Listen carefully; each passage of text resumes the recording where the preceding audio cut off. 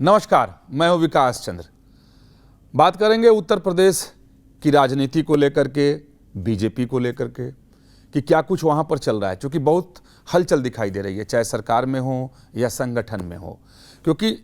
चुनाव परिणाम आने के बाद, यानी लोकसभा चुनाव 2024 के परिणाम आने के बाद से बीजेपी में काफ़ी हलचल दिखाई दे रहा है, और वो भी उत्तर प्रदेश जैसे राज्य में जो बीजेपी का गढ़ है, क्योंकि बीजेपी उसे अपना गढ़ मानकर चलती है। और इस बार के परिणाम ने बीजेपी को निराश कर दिया, और बीजेपी के नेता हताश भी नजर आ रहे हैं कि आखिर उनके घर में ही ये इस तरीके से कैसे हो गया, आखिर इसका कारण क्या है, इसकी वजह क्या है, क्यों चूक गई पार्टी। तो अब इसके कारणों को ढूंढने में पार्टी लगी हुई है, और तमाम सारे नेताओं की फौज लगा दी गई है, कार्यकर्ताओं की फौज लगा दी गई है कि आखिर ढूंढ कर निकालो कि वो कौन कौन सी वजह है जिसके कारण से पार्टी का प्रदर्शन जो है वो लोकसभा चुनाव 2024 में ठीक नहीं रहा। और जो मेरी जानकारी है कि 3 रिपोर्ट तो पार्टी ने तैयार कर ली है, और चौथे रिपोर्ट के लिए पार्टी ने निर्देश भी कर दिया है। तो पहले वो जानकारी आपके साथ साझा कर दूं कि चौथे रिपोर्ट के लिए पार्टी ने, जो प्रदेश के संगठन मंत्री हैं और वहाँ का जो संगठन है, उसको निर्देश दिया गया है कि वो अपनी भी एक रिपोर्ट तैयार करें कि संगठन में कहां कमी थी जिसकी वजह से पार्टी को अच्छी सफलता उत्तर प्रदेश में 2024 के चुनाव में नहीं मिली। क्योंकि तमाम जो रिपोर्टें तैयार की गई, उन सभी रिपोर्टों में कई सारे बातें कही गई हैं, अलग अलग पॉइंट बताए गए हैं, मुद्दे बताए गए हैं जहां पार्टी से गलती हो गई या विपक्ष भारी पड़ गया और बीजेपी उसके आगे कमजोर पड़ गई। तो लेकिन सभी रिपोर्टों में एक कॉमन बात है, वो है कार्यकर्ताओं की नाराजगी और उनकी निराशा, और उसको लेकर के बीजेपी अपना काम भी शुरू कर दिया। नहीं, उस निराशा को खत्म करने और कार्यकर्ताओं की नाराजगी को दूर करने की कोशिश में बीजेपी जुट भी गई है। जो जानकारी मिली है कि लगभग 50,000 कार्यकर्ताओं से सिर्फ उत्तर प्रदेश में बात करने के बाद, और एक नेताओं की बड़ी फौज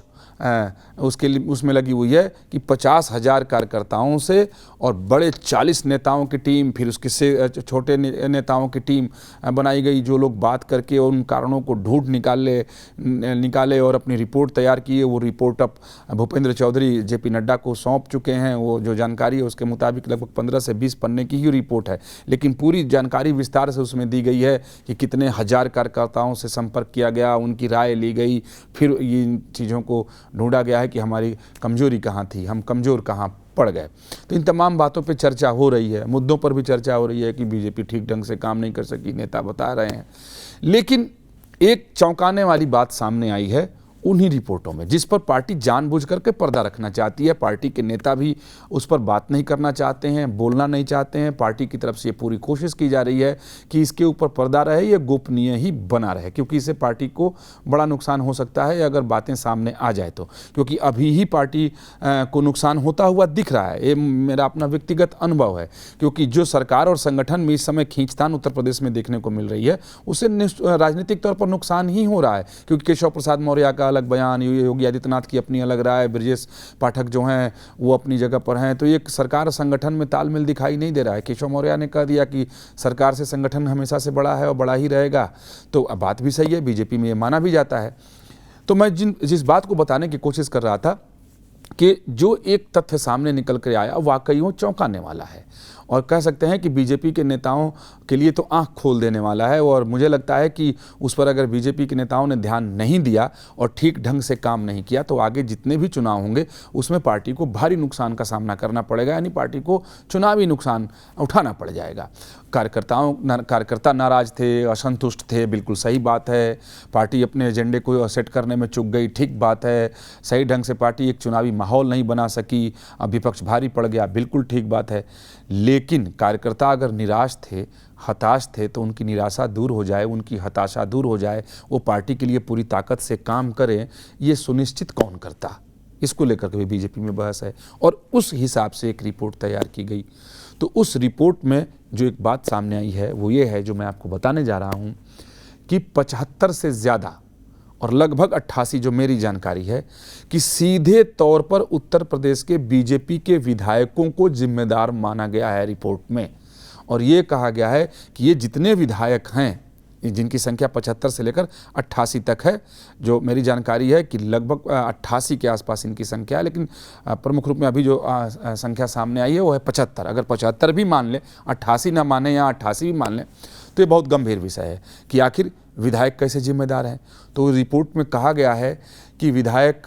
ठीक ढंग से प्रचार नहीं किए, वो अपने घर में चुनाव के दरमियान अपने घर से वो कम निकले, कार्यकर्ताओं के साथ उन्होंने संवाद बहुत कम स्थापित किए। जो समन्वय होना चाहिए था जिले में या मंडल में या लोकसभा के लेवल पर, या जो जिस क्षेत्र के वो विधायक हैं उस विधानसभा क्षेत्र में, वो विधायक करने से चूक गए और विधायकों में उत्साह नहीं दिखा। वो उत्साह के साथ चुनाव प्रचार अभियान में उतरे नहीं, उत्साह के साथ उन्होंने काम नहीं किया पार्टी के लिए, जो लोकसभा का प्रत्याशी था उसके लिए। अगर वो घर से निकले भी तो जो जिले में या उनके विधानसभा क्षेत्र में जो बीजेपी कार्यालय था उसमें ही वो बैठकर पूरा दिन गुजार देते थे और फिर अपने घर चले जाते थे।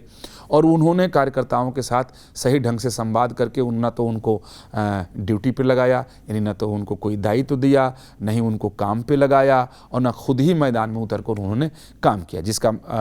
खामियाजा ये हुआ कि पार्टी का प्रदर्शन लोकसभा चुनाव में खराब हो गया। अब आप सोचें कि कार्यकर्ता जो छोटे लेवल का है, जो बूथ लेवल पे काम करता है, मंडल पे काम करता है या जिले के स्तर पे काम करता है, अगर वो निराश है या हताश है या उसकी नाराज़गी है, तो बात समझ में आती है कि लोगों ने ध्यान नहीं दिया होगा और कार्यकर्ताओं की बहुत सारी अपनी बातें होती हैं। लेकिन जो विधायक है वो ही अगर घर से नहीं निकल रहा है, वो ठीक ढंग से अपने विधानसभा क्षेत्र में ही प्रचार अभियान नहीं चला रहा है, वो कार्यकर्ताओं को जिम्मेदारी नहीं सौंप रहा है, वहाँ कौन सी कमी है, कहाँ वोट बैंक खराब हो रहा है, किस इलाके में क्या डिस्टर्बेंस है, जातीय समीकरण कैसे बिगड़ रहा है, सोशल और पॉलिटिकल इंजीनियरिंग की बात बहुत होती है चुनाव में, तो सोशल और पॉलिटिकल इंजीनियरिंग किस तरीके से बीजेपी के खिलाफ जा रहा है, तो विधायक ही देखेगा, क्योंकि उसका विधानसभा क्षेत्र होता है। तो ये बात बिल्कुल सत्य है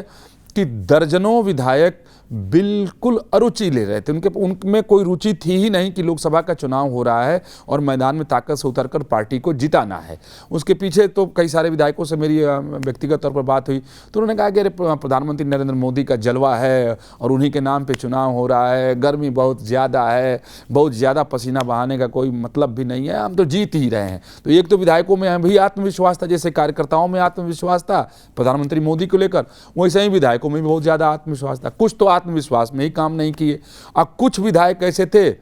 जो प्रदेश की सरकार और कार्यकर्ताओं की वजह से वो नाराज थे, निराश थे, क्योंकि विधायकों की भी शिकायत थी कि भाई अब उनकी बात नहीं सुनी जाती है, वो कार्यकर्ताओं की मदद नहीं कर पाते हैं, तो किस मुंह से वो कार्यकर्ताओं को बोलने जाएं, ड्यूटी पे लगाने जाएं,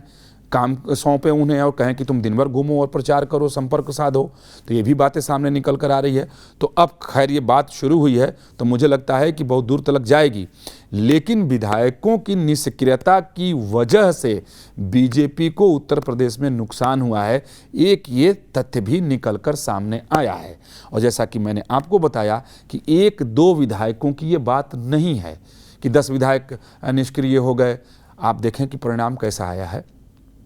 अगर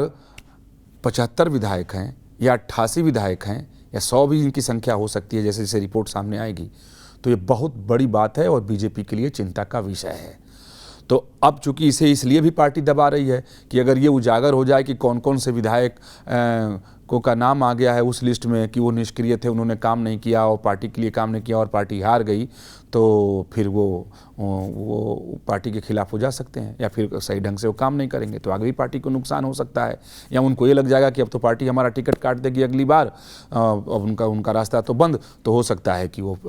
किसी दूसरे गतिविधि में लग जाएं, तो उसका और नुकसान भी पार्टी को हो सकता है। तो ये तमाम सारी ऐसी वजहें हैं जिसकी वजह से फिलहाल बीजेपी ये नहीं चाहती है कि ये सार्वजनिक हो कि विधायकों के नाम भी इसमें आ गए हैं। लेकिन मेरी जो जानकारी है कि तमाम सारे विधायक के नाम इसमें हैं और उनके ऊपर भी निष्क्रियता का ठिकरा फूटा है। और इस जितनी भी रिपोर्टें आ रही हैं वो पहले जेपी नड्डा, क्योंकि वो पार्टी के राष्ट्रीय अध्यक्ष हैं, उनके पास ही आना है, और उसके बाद गृह मंत्री अमित शाह के पास भी जाता है, क्योंकि वो तो मुख्य रणनीतिकार हैं, उन्हीं की देखरेख में उत्तर प्रदेश की राजनीति चलती है। और ये सारी बातें सीधे प्रधानमंत्री के पास पहुँचाई जा रही हैं, क्योंकि प्रधानमंत्री नरेंद्र मोदी इस बात से काफ़ी आहत भी हैं और चौंके हुए हैं कि जब इतनी अच्छी रणनीति थी, इतनी अच्छी व्यवस्था थी, पन्ना प्रमुख से लेकर के ऊपर तक की सारी व्यवस्था की गई थी, हजारों कार्यकर्ताओं की फौज उतार दी गई थी, तब ऐसा परिणाम क्यों आया? तो अब इसलिए आया कि जब वो कारण जब सामने निकल कर आ रहे हैं तो व्यक्तिगत तौर पर जो मेरी जानकारी है कि व्यक्तिगत तौर पर प्रधानमंत्री इसमें रुचि ले रहे हैं कि उन्हें बताई जाए कि कारण क्या है, वजह क्या है। बता दूं, जब बीजेपी दफ्तर में वो पहुंचे थे कर्मचारियों से मिलने के लिए तो बैठ करके बहुत देर तक उन्होंने मंत्रणा की पार्टी के अध्यक्ष जेपी नड्डा के साथ और जानने की कोशिश की कि और सारे कारण क्या सामने निकल कर आए हैं, क्यों पार्टी का जो प्रदर्शन है वो खराब हुआ। तो अब इसमें कार्यकर्ताओं के साथ साथ उत्तर प्रदेश के बहुत सारे विधायकों का नाम भी आ गया है कि जिनकी निष्क्रियता की वजह से, रुचि न लेने की वजह से, सक्रिय न होने की वजह से पार्टी का प्रदर्शन खराब हुआ है। तो वाकई ये बीजेपी के लिए चिंता का विषय है, क्योंकि 27 में विधानसभा चुनाव है। अगर ये विधायक ऐसे ही काम करते रहे तो अपनी सीट तो गंवाएंगे ही, प्रदेश में पार्टी को भी बड़ा नुकसान हो जाएगा और इसी बात से बीजेपी डरी हुई है। लिहाजा अब नए सिरे से पार्टी उत्तर प्रदेश में काम करना शुरू कर दी है। ठीक है, फिर मिलेंगे आपसे कुछ नई बात, कुछ नई जानकारी के साथ।